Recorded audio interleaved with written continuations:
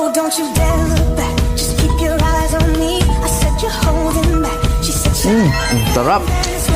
this woman is my destiny. Sausawan natin to guys ng yempo.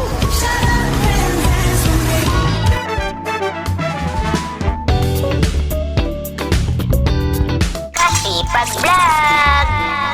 Sa mga kasipag, ngayon nga pala ay magluluto tayo ng gulay na laing. Ayan guys, liempo. Siyempre, pamparis yan sa ating gulay. Tara, samahan niyo ako. Dito guys, ay maghihiwa muna tayo ng mga parikado na gagamitin natin sa ating gulay na laing. Tara, Oops, at medyo lumalaban pa ang ating mantika guys. Ayan guys, galing mainit yung mantika, lagayin natin tong ating baboy. Wow! Lumamula-mula na yung ating baboy, ay maglalagay na tayo ng bawang sibuyas at luya.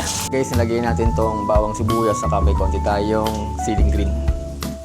Wow! Pampagana lang yun guys. Pampatapang. Ayaw, di ma! Yung ganyan na itsura guys, nako sigurado, napakasarap na ito.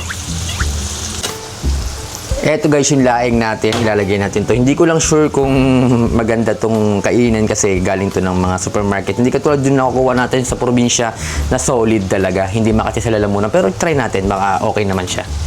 Yan guys, lagay lang natin tong ating laing na pinatuyo na galing sa Yurgo. And guys, kung mapapansin nyo guys, ay napakadami niya. Pero pag yan is nainita na, sigurado ako kaperaso na lang ang matitira dyan. Ng tubig, galing pa sa Agosibe. Ayaw, di ma!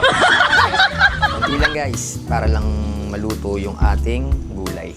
Probinsya kasi guys, ang nilalagay natin talaga yung nyog na kinakayo. Dito sa atin sa Manila, is umaasa tayo kay Coco Mama. Pero masarap si Coco Mama, in fairness. Tara, lagay. Yes! Gata, para dito sa ating laing. Natin guys, ito guys, yung laing natin, mas liliit pa ito mamaya kapag nainitan ng gusto. Yung sobrang dami kanina, sobrang kaunti na lang yan mamaya, sabi ko sa inyo. Yan guys, ito na nga yung itsura niya guys. Wow! Nalagyan natin yung ating mga kailangang ilagay. Meron na rin yan na gata. At kung gusto mo pa ng mas maraming videos, is follow mo lang ako at mag-share ka rin.